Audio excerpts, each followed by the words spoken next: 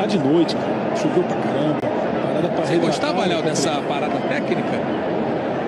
Só se o meu time tivesse tomando um sufoco. Fala, nação rubro-negra, que lançamento do Léo Pereira, né? Melhor jogador da partida, mas ele sendo o melhor jogador da partida acende realmente um alerta no Flamengo, né? Quando um zagueiro é o melhor, é porque as coisas não foram tão bem assim.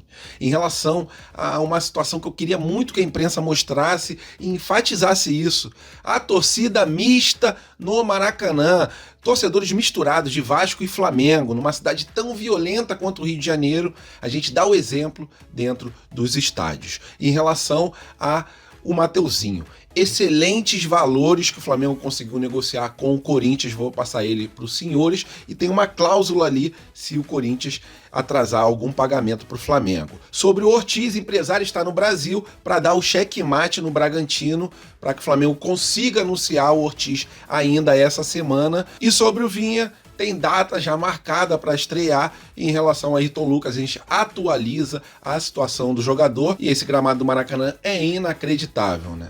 Tanto tempo fechado o Maracanã para ser esse papelão em relação ao gramado depois da sua reabertura. Essas e outras vocês encontram agora na Flageral TV, mas antes disso, se puderem, por favor, deixe o seu like agora, ok? Que ajuda muito a vários rubro-negros poderem receber as atualizações do Flamengo, e o YouTube entende que o vídeo é relevante e distribui para o maior número de torcedores possíveis. E vamos para as notícias, que é o que interessa. Isso aqui é Flamengo! E, nação, queria que vocês analisassem essa foto junto comigo, e disso eu tenho muito orgulho sobre o Rio de Janeiro, que a gente sabe que é uma das cidades mais violentas do mundo, mas nesse quesito a gente dá exemplo para todo o Brasil.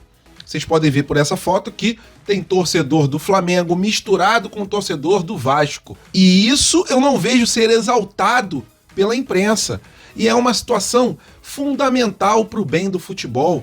As duas torcidas poderem ir para o jogo sem ter problema dentro do estádio em relação à violência. O Rio de Janeiro, a gente sabe que é uma cidade violentíssima, que é perigosíssima. Mas, na hora do jogo, as torcidas se misturam e conseguem ver o jogo com a maior harmonia possível. Claro, sempre com aquela zoeira, sempre com aquele bom humor carioca, mas com paz, pelo menos dentro do estádio. Então eu gostaria muito que a Globo divulgasse mais isso, falasse sobre isso, outras emissoras também, SBT, ESPN, Sport TV, porque, galera, em São Paulo é torcida única, em Minas é torcida única, e aí a gente, pelo menos eu não vejo muita graça num jogo onde só tem uma torcida. Pelo amor de Deus, não somos animais. Somos seres humanos, não somos inimigos mortais, somos adversários. Então, galera, muito legal isso aí.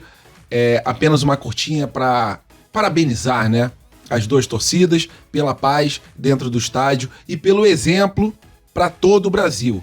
Mesmo o Rio de Janeiro sendo o Rio de Janeiro, perigosíssimo, dentro dos estádios a gente dá exemplo para todo o Brasil. Sobre o Mateuzinho, né? Que negócio espetacular que o Flamengo conseguiu fechar com o Corinthians. O problema é que fechou com o Corinthians, né? Caloteiro já de longa data.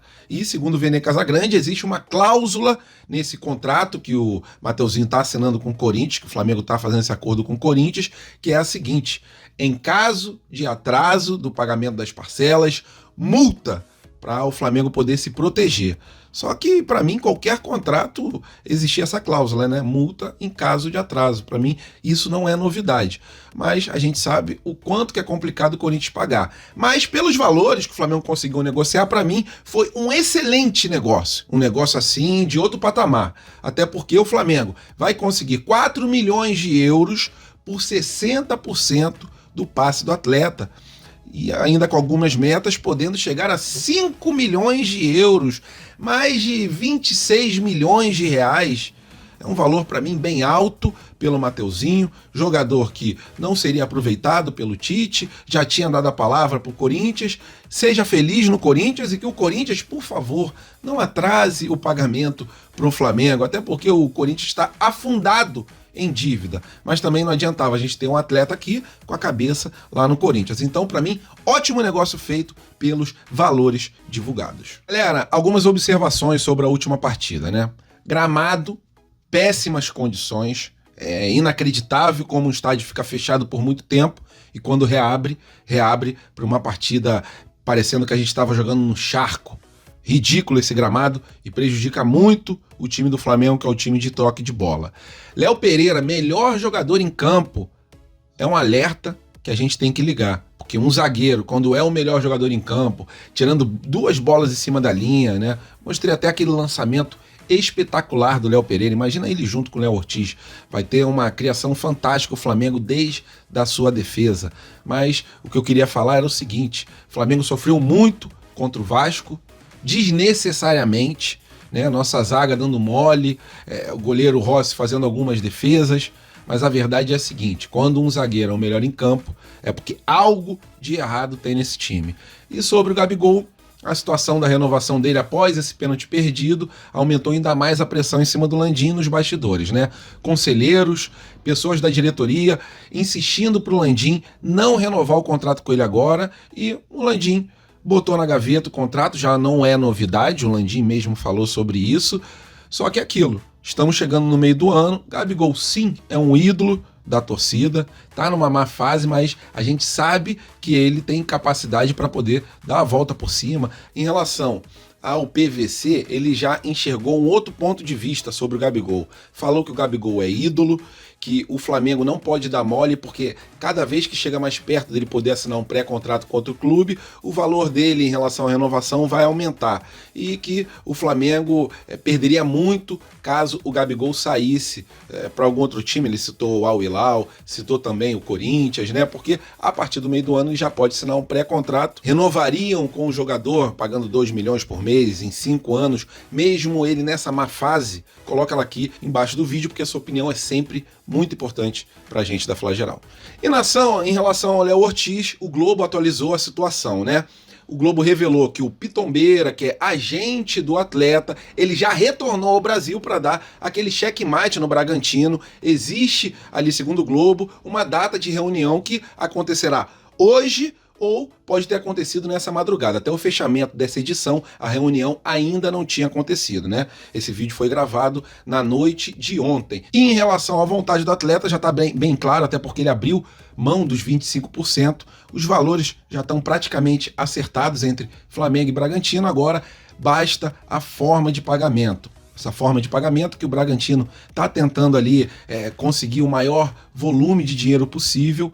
O Flamengo sempre entendeu que o jogador, por ter 28 anos e ser um zagueiro, o Bragantino estava viajando na maionese em relação ao valor de 12 milhões de euros. Até por isso que o Bragantino baixou a pedida para 8,5. Lembrando mais uma vez que o Léo Ortiz abriu mão desses valores, mas com a gente aqui no Brasil, o Flamengo focado em fechar a contratação dele até amanhã. Provavelmente a gente tenha novas atualizações sobre o caso do Léo Ortiz. Mas dessa semana não passa. Grande jogador, vai ser importantíssimo para a nossa temporada, como venho falando em outros vídeos, pela qualidade de saída de bola, pelo posicionamento, pela liderança dentro de campo. Enxergo que o Léo Ortiz vai ser aquele titular absoluto na zaga rubro-negra nesse ano, ao lado do Léo Pereira.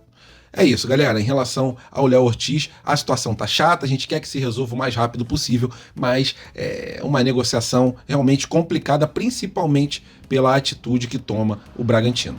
E agora apenas uma curtinha aqui, vou falar sobre a data da estreia do Vinha, uma ótima notícia, né? Ele já treinou com o restante do elenco, sem nenhum tipo de restrição, mas para essa quarta-feira a estreia dele está descartada. Se ele estrear, ele vai estrear sábado contra o Volta Redonda, mas para mim vai ser um jogador importantíssimo nessa temporada. O cara sabe jogar, dá uma profundidade legal ao time e, principalmente, sabe defender, não toma aquelas bolas nas costas que deixa o Flamengo assim numa situação complicada nas partidas. Então, Matias Vinha provavelmente estreia no sábado de carnaval contra o Volta Redonda. Sobre o Ayrton Lucas, teve uma gastroenterite, não teve condições do Flamengo e Vasco para ele poder entrar dentro de campo, jogar jogar, desempenhar o seu futebol. Com isso, Varela ficou na esquerda e o Wesley na direita. Mas a boa notícia é que eles tá apto para poder jogar nessa próxima quarta-feira, vai voltar nessa quarta partida